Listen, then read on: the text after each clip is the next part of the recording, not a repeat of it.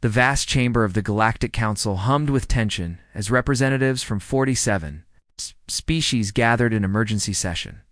Holographic displays flickered across the curved walls and showed star charts marked with ominous red zones, spreading like infection across the Outer Rim territories. Ambassador Catherine Blake stood at the human delegation's platform with her hands clasped behind her back as she observed the chaos unfolding before her. The other species argued in a cacophony of translated voices, and their fear was palpable even through the translation matrix. The sorry delegate hissed loudly, and their scales rippled with anxiety as they spoke. The Varith swarm has consumed 12 systems in 3 cycles, and we must negotiate because we must offer tribute. A crystalline Luxari representative spoke next, and their voice chimed like breaking glass. Tribute, they asked, and then continued by saying they don't want tribute because they want biomass, and they want us. Catherine watched as the council descended further into panic. The Varith swarm had appeared 6 months ago from the galactic void as a hive, consciousness that consumed everything organic in its path. Every attempt at communication had been met with silence and then followed by annihilation.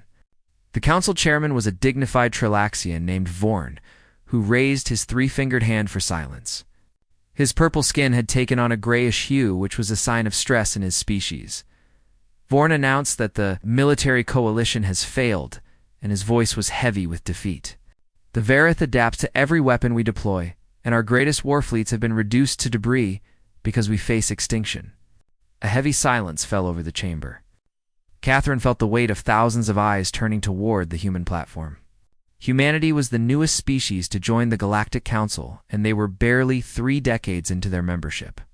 They were considered young and naive and woefully unprepared for galactic politics. Ambassador Blake was called upon by Vorn, whose voice carried across the chamber. Earth has remained relatively silent during these proceedings, and your homeworld lies in the projected path of the Varith advance. So, what does humanity propose? Catherine stepped forward to the speaker's circle, and her footsteps echoed in the sudden quiet. She'd been waiting for this moment, though she had hoped it wouldn't come to this. She began by addressing the chairman and the honored delegates. Humanity has indeed been silent because we have been observing and learning and preparing. The Korathi representative demanded to know what they were preparing for, and their metallic carapace clicked with agitation. We have thrown everything at the Varith, including advanced plasma weapons and quantum disruption fields and reality anchors, but nothing works. Catherine allowed herself a small smile. You have been fighting the Varath. It's like civilized species, and with honor, and with rules of engagement, and with the expectation that your enemy thinks like you do. The sorry delegate asked if humans do not fight with honor, and their tone dripped with accusation. Catherine replied simply that we fight to win. The Varith don't see you as enemies, but they see you as food, and you can't negotiate with a predator while you are acting like prey. She paused and let her words sink in before requesting permission to call in her colleague. Commander Jacob Hayes from Strategic Operations materialized beside Catherine on the holographic platform. Hayes wore the dark blue uniform of Earth's United Fleet, and his gray hair was cropped military short, and his expression carried the weight of someone who had seen combat. Catherine explained that Commander Hayes has spent the last 4 months analyzing every engagement with the Varith swarm. He has identified 17 critical weaknesses in their hive structure, and he has developed a battle plan. The chamber erupted in noise. Some delegates laughed, and the sound was bitter and disbelieving. Others leaned forward with desperate hope. Vorn asked about this battle plan, and his translator carried a note of exhaustion. Ambassador, we have had battle plans and hundreds of them, and all have failed. Hayes spoke for the first time, and his voice cut through the noise like a blade. With respect, Chairman, you have had defensive strategies and evacuation protocols and last stand scenarios, but you haven't had a plan to make them hurt. Catherine watched the council members exchange glances. In their eyes, she could see the conflict between their ingrained diplomatic instincts and the primal need for survival. She spoke quietly and said, "The Varith are coming. In 2 weeks they will reach the outer colonies, and in 6 weeks they will be at Earth, and in 3 months they will be here consuming your homeworlds one by one." She straightened her shoulders. Humanity didn't come to the stars to watch civilization fall because we came to be part of something greater. If something threatens that, then it is time for battle." The silence that followed was absolute. Then Vorn slowly rose from his seat. "What do you need, Ambassador Blake?" he asked. Catherine's smile was grim. "Everything you have got, and the willingness to fight back." The other delegates began speaking all at once, and questions filled the air like a storm. How many ships would be needed, and what kind of weapons, and what were the human plans exactly? Catherine raised her hand for silence. Hayes stepped forward and began explaining the basics. "The Verith operate as a network and not as individuals, so we don't fight the swarm itself, but we attack the control centers. If we can overwhelm their command structure, then the entire force collapses." A Luxury admiral asked how they planned to reach these command centers when no fleet had ever penetrated that deep into Varath territory. Hayes looked at the admiral directly. "Because no fleet has been willing to pay the price required, but humanity is willing." That statement sent another ripple through the council. The price, Catherine thought, and she knew what Hayes meant. Sacrifice on a scale these peaceful species had not contemplated in centuries. The Karathi war master named Broken Fang spoke up, and his voice rumbled like distant thunder. "You asked species to die for this plan?" Hayes nodded. "Yes, but I asked them to die fighting instead of waiting to be consumed." Vorn looked around the chamber at all the frightened faces and desperate eyes.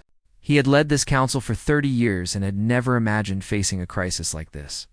The Verith were unstoppable by conventional means, and every military expert had said so.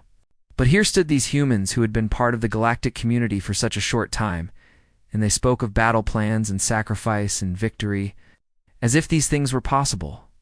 Catherine could see Vorn struggling with the decision. The other species had tried everything they knew, and it had all failed. Humanity was offering something different, but it came with a terrible cost. She decided to press her advantage. "Chairman," she said, and her voice was firm, "every day we delay is another day the Verith grows stronger, and another system falls, and more billions die. We can debate the ethics of our methods later, but right now we need to act." The sorry delegate asked, "What made humans think they could succeed where everyone else had failed?" Catherine answered that question with brutal honesty. "Because we have done this before, and we have fought wars of extinction on our own world, and we learned how to win them. We are not proud of our history, but we learned from it, and now that knowledge can save all of us." Broken Fang stood up to his full impressive height. "The Korathi are warriors, and we understand sacrifice, so if the humans have a plan that can hurt these creatures, then we will follow it."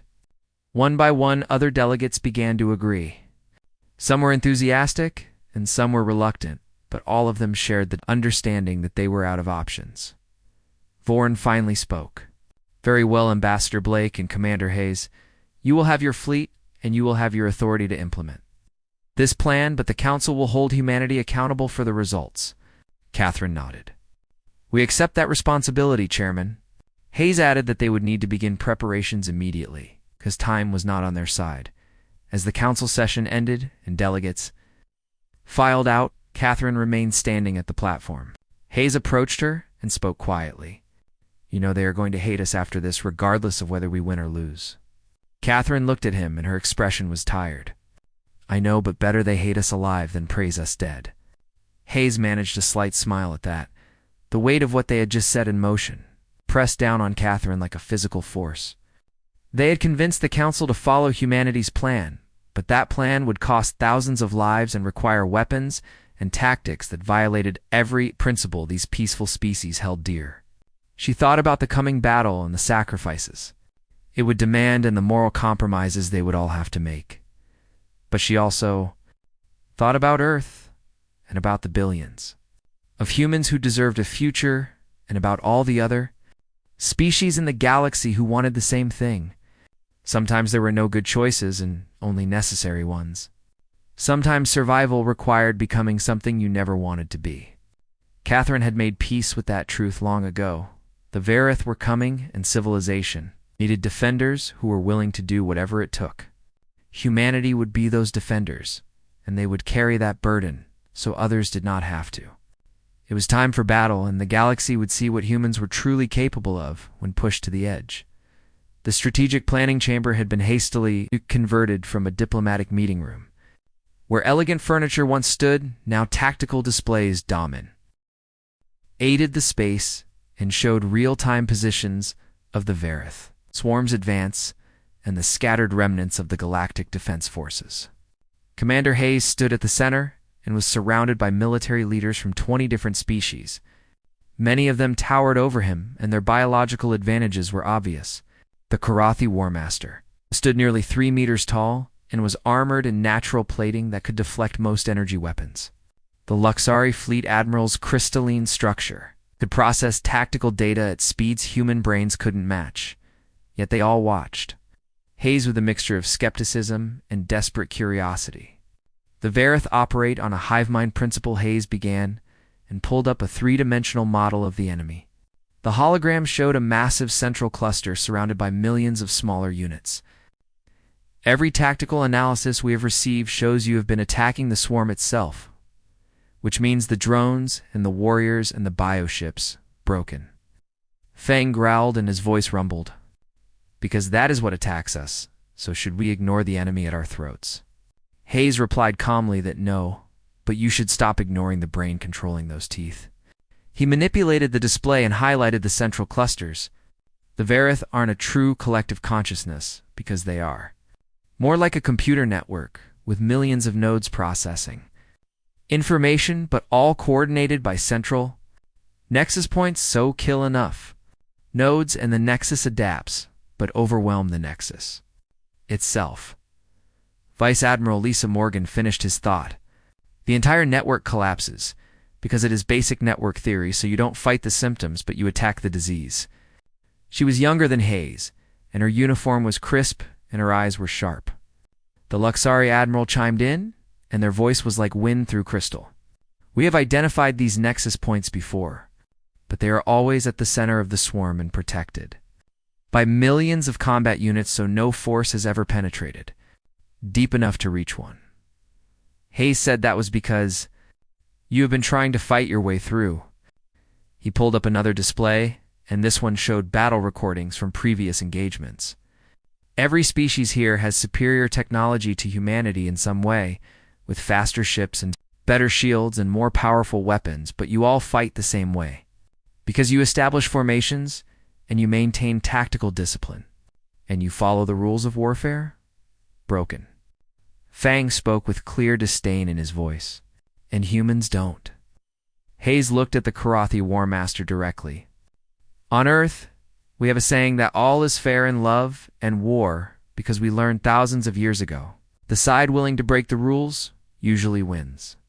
He brought up historical records from Earth and battles and conflicts that made several of the alien commanders flinch. We have fought wars with chemical weapons and biological agents and nuclear fire, and we have used suicide tactics and false flag operations and psychological warfare, so we have done things that would make your ethics committees resign in horror. The Luxari Admiral's tone carried shock. You speak of this with pride. Catherine Blake's voice cut in from the chamber entrance because she had been listening from the doorway. No, he speaks of it with shame and necessity. She walked to stand beside Hayes.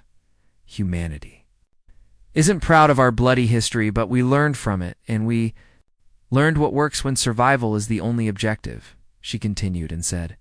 The Varith won't show you mercy, and they won't respect your ethics, and they won't honor your codes of conduct, so we can't afford to either. A long silence followed. Finally, a new voice spoke up. General Peter Shaw, who was Earth's senior military advisor to the Galactic Council, stepped forward. His weathered face carried the scars of old battles.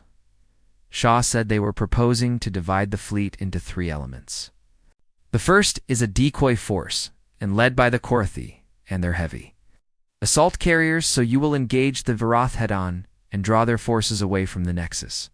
Broken Fang's scales rippled with what might have been either insult or interest.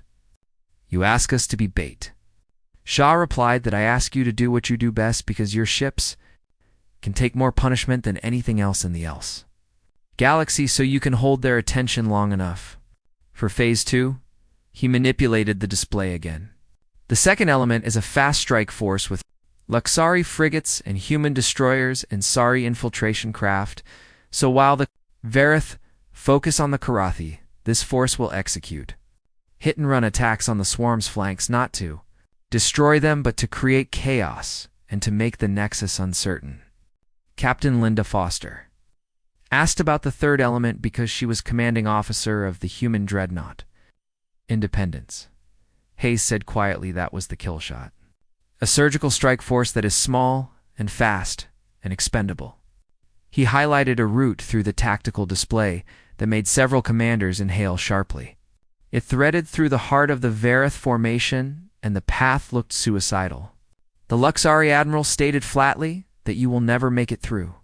Morgan replied that we don't need to make it through because we just need to make it to the Nexus, and once we are there, we deploy the package. Broken Fang leaned forward. Package. Hayes pulled up specifications. That made the room go very quiet. Humanity brought 3 things to the galactic community that you don't have, which are nuclear weapons and biological warfare, and something we call the willingness to use them. The device on the screen was massive and was a fusion of human nuclear technology and reverse-engineered Varith biomatter. The specifications suggested it could cause a chain reaction in organic material and spread like a virus through any hive mind connected. Tishi, the Luxari admiral, said this is a doomsday weapon, and their crystalline structure vibrated. With what might have been horror, Catherine agreed softly. Yes, it is, and we are going to use it to kill a doomsday enemy. More silence followed. Then Broken Fang rose to his full height, and his massive form cast shadows across the tactical displays. The Karathi will lead. Your decoy force, he said, not because we are bait, but because we understand what you humans do, and you do what must be done. One by one, the other commanders agreed. Some with enthusiasm, and some with reluctance, but all with the understanding that they were out of options. The Sari commander hissed their agreement. The Luxury admiral finally nodded, though their structure dimmed with concern. As the meeting continued, Hayes explained the timing. We have 48 hours to position all forces because the Varath are moving faster than predicted. So every ship needs to be in position before they reach the outer marker. Shaw added that communications would be critical because once the battle starts, there won't be time for debate or second-guessing. So every commander needs to know their role and trust the others to do theirs. A younger officer from the Luxury contingent asked, "What happens if the bioweapon doesn't work?" Hayes answered honestly, "Then we all die, but at least we die fighting instead of running." The room fell quiet again. Catherine looked around at the assembled commanders and saw fear but also determination. These species had been pushed to the brink, and now they were ready to push back. Broken Fang asked about casualty projections. Shaw brought up the calculations, and they were brutal. The Korathi fleet would likely lose 70% of their ships. The fast strike force would face 60% losses. The surgical strike team had a survival rate of less than 5%. The numbers hung in the air like a death sentence. One of the Karathi subcommanders spoke up. Why should we sacrifice so much for a plan that might fail? Broken Fang turned to his subordinate, and his voice was hard. Because if we do nothing, we lose everything. So at least this way we die as warriors and not as prey. The sub-commander bowed his head in acceptance. Hayes looked at the chronometer on the wall. We have 18 hours before fleet deployment begins, so all commanders should return to their ships and brief their crews because they deserve to know what they are facing. The commanders began filing out, and each one carrying the weight of what was coming. Catherine remained behind with Hayes and Shaw. Shaw spoke first. You know the Council is going to crucify us if this works because they will see what humanity is capable of, and it will terrify them. Catherine nodded. I know, but better they fear us alive than mourn us dead. Hayes added that he would be leading the strike force personally. Catherine started to object, but Hayes cut her off. My family died to the Varith, and I have been planning this mission for months, so I am not asking for permission. Catherine studied his face and saw the pain and determination there. She knew she couldn't change his mind. Fine, but you bring back as many of your people as possible, because every life matters. Hayes promised he would try. The three of them stood in silence for a moment and looked at the tactical displays showing the approaching Verith swarm. Shaw finally spoke.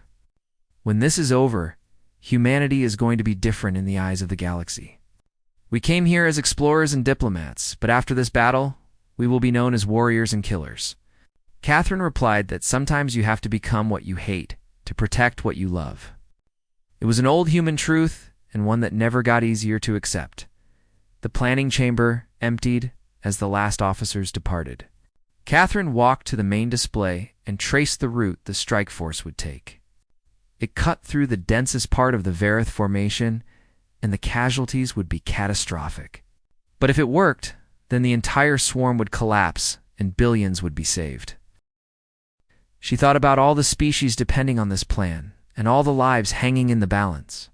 Humanity had been given a chance to prove themselves, and the cost of that proof would be measured in blood and fire. Catherine hoped they were making the right choice, but in her heart she knew there were no right choices anymore. There were only necessary ones, and humanity would do what was necessary because that was who they were. The human fleet staging area orbited, a barren moon at the edge of Council space. In 2 days, they would make their move against the Throth swarm. The next 48 hours would determine if the plan had any chance of success, or if it was just elaborate suicide. Lieutenant Chris Palmer stood in the hangar bay of the Independence and watched technicians make final adjustments to the strike fighters. Each small craft had been modified extensively and stripped of non-essential systems to maximize speed and payload capacity. They would be carrying the warheads deep into Verith territory. Captain Linda Foster approached him, and her command uniform had been replaced with a practical flight suit. Despite her rank, she had insisted on piloting one of the strike craft herself. Having second thoughts, she asked. Chris turned to face her. More like third and fourth thoughts. Captain, because this plan sounds insane, so we are flying into the teeth of an enemy that has destroyed entire fleets, carrying weapons that might not even work against them. Foster smiled grimly. That is the most honest assessment I have heard in days, because everyone else is either pretending to be brave or actually believing our chances are better than they are. Chris asked why she was doing it then. Because someone has to, Foster replied. She leaned against one of the fighters, and her expression became distant. Before I joined the fleet, I was a school teacher for 4th grade, and I had 30 kids who believed I could explain anything and solve any problem, so sometimes I could, and sometimes I had to pretend I could because they needed someone to believe in. She looked at Chris directly. The galaxy is like those kids right now because they are scared and confused and looking for someone who seems confident enough to follow. If we don't step up, then no one will. Across the hangar, Commander Hayes was conducting his own inspections. He moved from ship to ship and spoke briefly with each pilot. His voice was too low for Chris to hear, but whatever he said seemed to steady each person he spoke to. Chris said, the commander is really going through with this and leading the strike personally, so he has got to know he is probably not coming back. Foster said quietly that Jacob Hayes lost his family to the Verith early in the war before anyone understood what they were. His wife and 2 daughters were on a science vessel studying the edge of the void, and the Verath's first wave hit them. She paused. He has been planning this mission for months, not as a military operation, but as revenge. Chris felt a chill, and the council approved him leading it. Foster replied that the council doesn't know about his personal stake, but Ambassador Blake does, though, and she tried to remove him from command. But he threatened to resign and take the entire battle plan with him. She shrugged.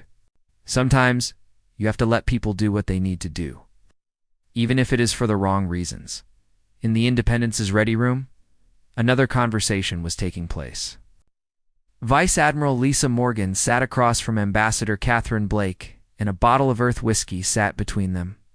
Neither had touched it yet. Morgan said the Karathi are getting nervous, because Broken Fang sent another message asking for clarification on the decoy phase, so I think he is starting to realize just how much attention his forces will be drawing, Catherine corrected her. He is starting to realize his ships are going to take massive casualties. which is exactly what will happen if this works the way we planned. Morgan finally poured 2 glasses and slid one across to Catherine. You know, before we met the Veroth, I actually believed humanity had outgrown its violent past, and that we had evolved. Beyond wars of annihilation, and that we had become civilized. We had, Catherine said softly. And maybe we will again if we survive, but right now civilization is a luxury we can't afford. Morgan said, that sounds like something we would say in the bad old days. It is, Catherine agreed. My great-great-grandfather fought in the last major war on Earth before we unified, and he kept journals, so I read them once trying to understand what that generation went through.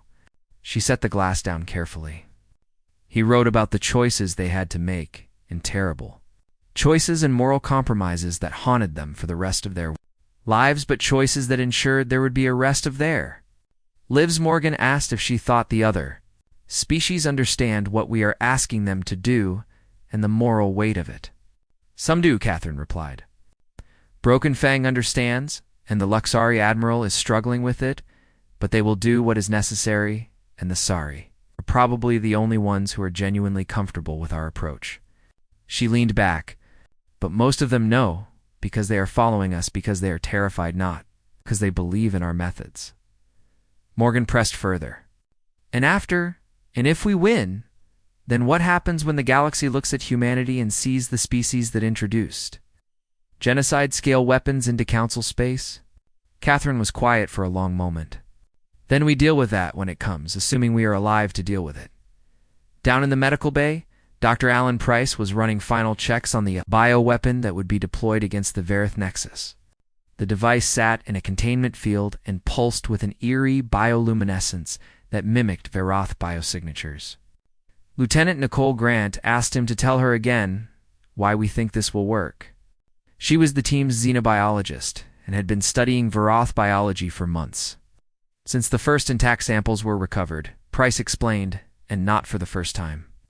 The Verith hive mind uses organic quantum entanglement to coordinate, so each organism is linked at a subatomic level to the Nexus, and it is an elegant system that is nearly impossible to jam or disrupt with conventional means, Nicole asked. But Price gestured to the weapon. But it means every organism shares the same fundamental biostructure with same genetic markers and same cellular communication protocols, so this device is essentially a targeted virus, and once it infects any Veroth organism connected to a nexus, it spreads through the quantum link to every connected unit, so within minutes, the entire network experiences catastrophic cellular collapse. Nicole stared at the device with a mixture of awe and revulsion. We created a plague, and a targeted, intelligent plague designed to commit genocide. Price agreed simply. Yes, we did, and if we don't use it, the Verith will continue their genocide of us. Nicole said, that is not much of a moral defense. No, Price said quietly. And it is not, but it is all we have. As the final hours ticked down, small groups gathered throughout the fleet. Some prayed to various deities from multiple worlds. Some drank and shared stories and pretended tomorrow wasn't coming. Some, like Commander Hayes, sat alone with their thoughts and their ghosts. Catherine Blake found herself in the observation deck and stared out at the assembled fleet. Hundreds of ships from dozens of species were all united by desperation and the slim hope that humanity's violent history might somehow save them. General Peter Shaw joined her with 2 cups of coffee in hand. He offered her one without speaking. Catherine said she keeps thinking about Earth and about the billions of people who don't even know this battle is about to happen. So they are going about their lives and completely unaware that in 48 hours, everything might end. Shaw replied that ignorance is mercy sometimes. If we fail, they will have a few more days of peace before the end, and if we succeed, they will never have to know how close it came. Catherine asked in us. Shaw said grimly that we will know, and win or lose, those of us who survive will carry this and the weight of what we are about to do. He took a long drink of his coffee. That is the price of being the ones who fight the monsters, because sometimes you have to become a bit monstrous yourself. Catherine thought about that and about the line between necessary violence and win. Becoming the thing you fought against. She didn't have an answer and suspected no one did. In the hangar bay, the pilots conducted final checks on their fighters. Each one knew the odds, and each one had made peace with them in their own way. Some wrote letters to loved ones. Some recorded final messages. Some simply sat in silence and waited. Chris Palmer found himself checking his flight controls for the 5th time, even though he knew everything was perfect. His hands were steady, but his mind raced with 1,000 what-ifs. Foster appeared beside his fighter. "You ready?" she asked. "As I will ever be," Chris replied. Foster nodded. "Remember, the mission is not about being a hero, because the mission is about getting that weapon to the target. So if you have a shot to deliver your payload, you take it, and you don't wait for anyone else." Hayes gathered all the strike pilots for a final briefing. His face was calm, but his eyes carried a weight that spoke of sleepless nights and impossible choices. "Tomorrow, we do something that has never been done before," he said. "We are going to hurt the Veroth in a way they can't adapt to or recover from, so some of us won't come back, and we all know that, but those who do will have saved billions of lives across dozens of worlds." He paused and looked at each pilot in turn. "I won't lie to you and say this will be easy, or that we have go odds, because we don't, but what we do have is purpose, and we have the knowledge that we are fighting for something bigger than ourselves, so that has to be enough." The pilots stood in silence for a moment, and then one by one, they nodded their acceptance. The fleet waited, and the final preparations continued in across. Hundreds of ships, thousands of beings, tried not to think too hard about the morning. Catherine stood at the observation window long into the night and watched the stars and wondered if humanity had made the right choice in offering to lead this battle. But deep down she knew there had been no choice at all, because when extinction threatens, you fight with everything you have and you worry about the cost later, if there is a later at all. The Veroth swarm filled the view screen like a living nightmare. Millions of bioships moved in perfect synchronization, and each one was a hybrid of organic tissue and something that resembled technology, but wasn't quite. They moved as a vast organism spread across the void, and their coordination was flawless and terrifying. Admiral Broken Fang stood on the bridge of his flagship, the Unyielding Mountain, and felt something he hadn't experienced in centuries of warfare, which was genuine fear. He spoke into the fleet-wide channel. "All Crothy vessels, this is War Master Broken Fang, and today we show these parasites what it means to face the armored folks. So today we remind them that some prey has teeth, and for honor and survival." The responding battle roar from 300 Karathi warships shook the hulls. Then they accelerated, and massive dreadnoughts and battle carriers surged forward in a wedge formation that would have made any Military Academy proud. The Veroth responded immediately. The swarm rippled, and millions of combat forms broke off to meet the Karathi charge. Within seconds, space became a storm of weapons, fire, and bioplasma. Commander Hayes watched from the Independence, and the tactical display showed the battle unfolding. "They are taking the bait," he reported, "and 80% of the swarm is focusing on the Karathi line." Vice Admiral Morgan said quietly that they are also dying because Broken Fang is losing ships every 30 seconds. Catherine Blake replied from her observation post, "He knows, and he is holding formation anyway." The Karathi shields were the best in the galaxy, and their armor was the thickest, but even they couldn't stand forever against the sheer mass of the Veroth assault. The Unyielding Mountain's hull was already scarred by bioacid burns, and her shields flickered under concentrated fire. Hayes ordered Phase 2. "Fast strike elements, execute now." From 3 different vectors, the harassment force struck. Luxari frigates appeared in flashes of displaced spacetime, and their quantum weapons cut through Veroth formations before vanishing again. Human destroyers laid down devastating salvos of kinetic ordnance, and each impact sent shockwaves through the biomass. Infiltration craft deployed chemical weapons that ate through Veroth, hulls like acid through flesh. The Veroth swarm began to fragment, and confusion spread through the hive mind. The Nexus was trying to coordinate responses to 3 separate threats simultaneously, and its processing power was stretched thin. Morgan highlighted a gap in the Vareth formation. "The opening is there," she said, "but it won't last long." Hayes spoke into his com.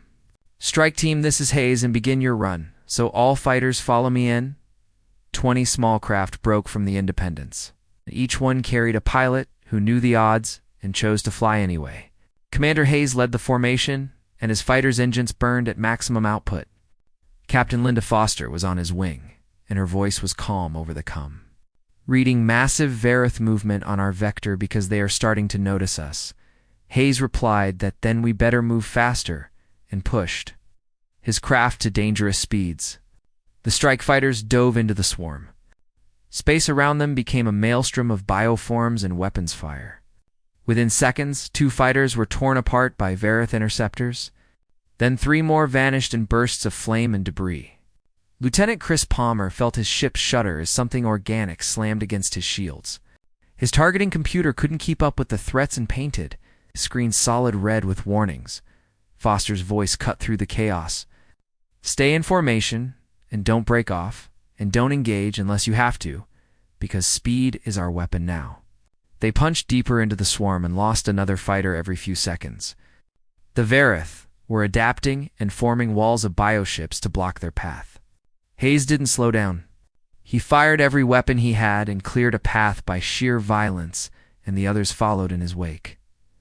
Back with the Karathi line broken, Fang watched his tactical display with grim satisfaction. Half his fleet was gone, but the Vareth hadn't broken through. More importantly, they were so focused on his forces that they were slow to respond to the strike team. He ordered all ships to maintain engagement, even as another explosion rocked his flagship. "They cannot be allowed to redirect," he commanded. A Karathi cruiser exploded off his port side and took thousands of crew with it. Broken Fang's scales rippled in grief, but he didn't flinch.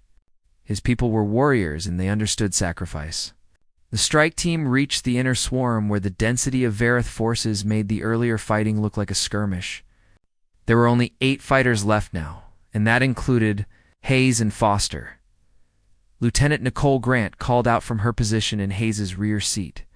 "I've got the Nexus on sensors and 2 kilometers ahead at the center of that mass." She had insisted on coming because she carried the authorization codes for the bioweapon. What they saw made even hardened combat pilots hesitate. The Nexus was enormous, and a pulsing mass of organic matter the size of a small moon. Thousands of tendril-like connections extended from it and linked to the surrounding swarm. It was beautiful in a horrific way, like looking at the brain of some vast cosmic creature. Hayes spoke to all fighters. "Form up on me because we are going to make one pass and deploy our payloads and punch out the other side. So anyone who doesn't make it, you made a difference today." They accelerated toward the Nexus. The Vareth defenders threw everything at them. 2 more fighters died in brilliant explosions. Then another was caught by bioplasma and melted into slag. Foster's ship took a hit that sheared away half her port wing. She managed to stabilize barely and her fighter tumbled, but still moved forward. "I am hit bad," she reported, and her voice was tight with pain, "but payload is intact, but guidance system is compromised." Hayes ordered her to abort and pull back to the Independence. Foster replied negative, "and I can still make the run." Hayes said, "That is an order, Captain." Foster's laughter was strained. "With respect, Commander, orders don't mean much to a corpse, so tell my 4th graders I am sorry I missed graduation." She pushed her dying fighter ahead of the formation and cleared a path through the defenders with the last of her weapons. Her ship was on fire now, and atmosphere was venting, but she kept going. The remaining fighters reached deployment range. Hayes gave the order, and 5 bioweapons launched simultaneously, and each one was programmed to penetrate the Nexus and release their payload. 3 were destroyed by point defense fire. 1 malfunctioned and detonated harmlessly. The 5th made it through and punched deep into the Nexus's organic structure. Foster's fighter followed. A second later, and her ship slammed into the Nexus like a meteor. In her final moments, she manually triggered her payload and ensured it would detonate even if the delivery system failed. The bioweapon released its viral load directly into the Nexus's core structure. For a moment, nothing seemed to happen. Then the entire organism began to convulse. Nicole Grant reported from her instruments. Payload is active and it is working, so the virus is spreading through the quantum link in multiple ortho-organisms showing system failure. The change was immediate and catastrophic. Varith ships across the entire swarm began to spasm and their movements lost coordination. Some crashed into each other. Others simply went dark, as all biological functions ceased. Morgan ordered all units to fall back. Get clear of the swarm before secondary detonations begin. The surviving strike fighters, now only 3, turned and burned for open space. Behind them, the Varith swarm was dying, and a chain reaction of cellular collapse spread like wildfire through the hive mind. Chris Palmer's fighters shook as dying. Varith ships exploded around him, but he kept his course steady and flew through the expanding field of debris. Broken. Fang watched in awe as the enemy that had seemed unstoppable simply fell apart. Karathi ships that had been seconds from destruction suddenly found themselves facing no opposition at all. The humans, he said softly, and they actually did it. The remaining Varith ships began to drift, and their organic systems shutting down one by one. Some tried to flee, but the virus had already infected them through the quantum link in the Independence's command. Senator Catherine Blake allowed herself to slump in her chair. They had one. At terrible cost, but they had one. General Shaw reported quietly that casualty reports are coming in. We lost 62% of the Karathi fleet and 70% of the fast strike force, and of the strike team, 17 pilots. Went in, and 3 came back, so Captain Foster is confirmed killed in action. Catherine closed her eyes. Victory tasted like ashes. Hayes's fighter limped back to the Independence with one engine failing and hull breached in multiple places. Chris Palmer's ship wasn't much better. The third survivor was a sorry pilot W. Ho's ship had taken so much damage it was barely recognizable. They had succeeded, but the price had been paid in blood and fire, lives that could never be replaced. The Varith swarm continued its death throes. Ships that had terrorized the galaxy for months now floated as lifeless husks. The virus spread through every connected organism, and none could escape it. Within an hour, the entire swarm was dead, and the threat that had seemed unstoppable was ended. Humanity had saved the galaxy, but in doing so had revealed something about themselves that could never be hidden again. 3 weeks after the battle, the Galactic Council convened in full session for the first time since the crisis began. The chamber was subdued, and the usual political posturing was absent. Too many species had lost too much to pretend it business as usual. Ambassador Catherine Blake stood once again at the human delegation's platform. But this time the eyes watching her held a mixture of gratitude and respect and something else that looked like fear. Chairman Vorn called the session to order, and his purple skin still showed stress marks. The Council acknowledges the debt owed to humanity and all species who fought against the Varith swarms, so thanks to the courage and sacrifice of thousands, the threat has been eliminated because all known Varith nexus points have collapsed, and the species is extinct. The word hung in the air like a extinct humanity had joined the galactic community, and within decades had orchestrated the complete annihilation of another sentient species. Vorn continued carefully. We must also acknowledge that the methods employed in this victory raise significant questions about the weapons used and the tactics approved and the precedent. This sets for future conflicts. Admiral broke in. Fang rose from his delegation, and his massive frame still showed scars from the battle. Speak plainly, Chairman, because the Council wants to condemn the humans for doing what was necessary and for using weapons we find distasteful and for fighting in ways we find uncivilized. His scales rippled with anger. My people lost 300 ships and 40,000 warriors, but we would have lost our homeworld, and our children, and our future, if the humans had not acted, so I will not listen to this body. Question their methods when we all begged for their help. The Luxari Admiral chimed in, and their crystalline structure reflected the chamber lights.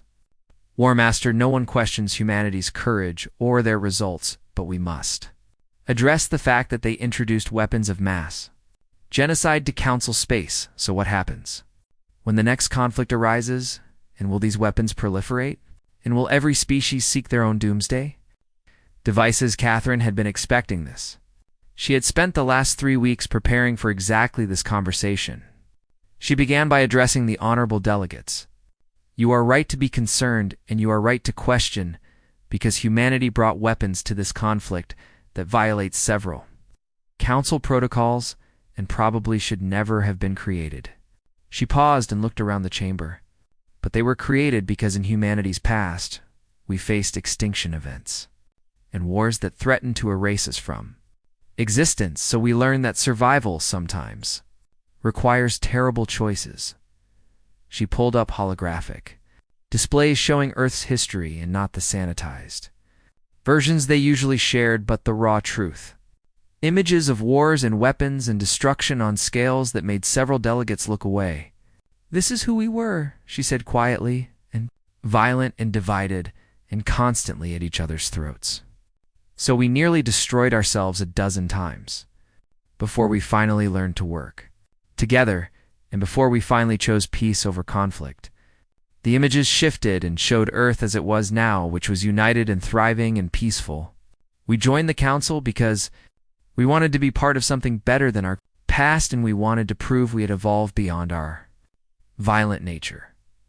The sorry delegate hissed, though their tone wasn't entirely condemning. And yet when tested, you fell back on that violence. Catherine agreed. Yes, we did, because the Verith weren't interested in our evolution, and they weren't going to be impressed by our moral growth, so they were going to consume us, and you, and everything we had built. She looked directly at the Luxari Admiral. You asked what happens next. So here's my answer, and humanity will voluntarily submit all specifications for the weapons we deployed to Council oversight, and we will accept inspection of our facilities, and we will agree to restrictions on their production and use. That caused a stir. Several delegates looked surprised and others suspicious. But Catherine continued, but we will not destroy them entirely, and we will not pretend they don't exist, because the galaxy isn't safe, and the Verith proved that so. There are threats out there we don't know about yet, and if another extinction event comes, we need to have options. General Peter Shaw stepped forward and joined Catherine at the platform. The Council can choose to embrace humanity's military philosophy or reject it, but you can't pretend. The last month didn't happen, and you can't pretend you didn't need us to do the terrible thing you couldn't do yourselves. His voice softened slightly. We don't want to be your warriors, and we don't want to be the species known for violence and destruction. But if that is what it takes to ensure civilization survives, we will accept that burden. Commander Jacob Hayes, who had insisted on attending despite his injuries, spoke from his position in the human delegation. Captain Linda Foster, who died delivering the payload to the Verith Nexus, was a teacher before her. She was a soldier, and she taught children and inspired them and made their lives better. His voice was rough with emotion. She didn't want to die fighting, and she didn't want to be remembered as a warrior. But she wanted to go back to her classroom, but when her civilization needed her, she did what was necessary, and that is the human way, because we do what we must, even when it costs us everything. The chamber was silent for a long moment. Then Admiral Broken Fang spoke again, and his tone was thoughtful. Perhaps the question is not whether humanity is too violent for the Council. Perhaps the question is whether the rest of us have become too civilized to survive. We have spent centuries building societies based on peace and cooperation and mutual respect, and these are good things and noble things. But we forgot that the universe is not. It's always peaceful or respectful. He looked at Catherine. Humanity remembers, and they carry the scars of remembering. So maybe we need that perspective, as uncomfortable as it is. Over the next hours, the debate continued. Some delegates argued for restricting human military development. Others pointed out that restriction had accomplished nothing against the Verith. Some called for humanity to be given greater authority in Council defense matters. Others worried about giving the youngest species too much power. The arguments went back and forth and touched on ethics and strategy and the fundamental question of what kind of civilization they wanted to be. Finally, Chairman Vorn called for a vote. The proposal was simple, which was to establish a new council military command structure with humanity, serving as strategic advisors but with all major weapons deployments requiring council approval. The vote passed, though not unanimously. As the session adjourned, Catherine found herself approached by the Luxari Admiral. Their crystalline structure seemed dimmer than usual, which was a sign of contemplation in their species. "Ambassador," like they said quietly, "and I voted against the proposal." Catherine replied that I know, and I don't hold it against you, because you are worried about what we represent. The Admiral admitted they were. But I also wanted to thank you because my homeworld survives because of human weapons and human warriors, and my children will grow up because Captain Foster gave her life. They paused. I hope you understand my fear because you have shown us that survival sometimes requires us to become what we hate, and that is a terrifying lesson. Catherine agreed. It is, but it is one we have lived with for a long time, so maybe. That is why we are suited to carry that burden, because we know the cost. And we know what it means to use these weapons so that knowledge might be the best safeguard against misusing them. Later, Catherine found herself in the human deli, Gaishan's quarters, and finally alone with her thoughts. The weight of the last month pressed down on her, which included the battle and the casualties and the political maneuvering and the moral compromises. Her personal come chimed. A message from Earth arrived, and it was from the memorial service for Captain Foster. They had buried her with full honors, and her sacrifice was recognized by billions. But Catherine wondered if Foster would have preferred a quieter legacy with her fourth graders, remembering her as a teacher rather than a war hero. Commander Hayes knocked on her doorframe. "Mind some company?" he asked. Catherine gestured to a chair, and they sat in companionable silence for a while. Hayes asked finally if we did the right thing. It was the question Catherine had been asking herself since the beginning. "I don't know," she admitted, "and we saved the galaxy, and that is good, but we did it by becoming the monsters under everyone's bed, and by proving that humans are the species willing to commit genocide when pushed far enough." She shook her head. "Maybe there wasn't a right answer, and maybe there were only choices, and we made the ones we could live with." Hayes pressed her. "Can you live with it?" Catherine thought about the ships lost, and the lives sacrificed, and the weapons they had unleashed. She thought about Foster, and the 40,000 Karathi warriors, and all the others who had died in the name of survival.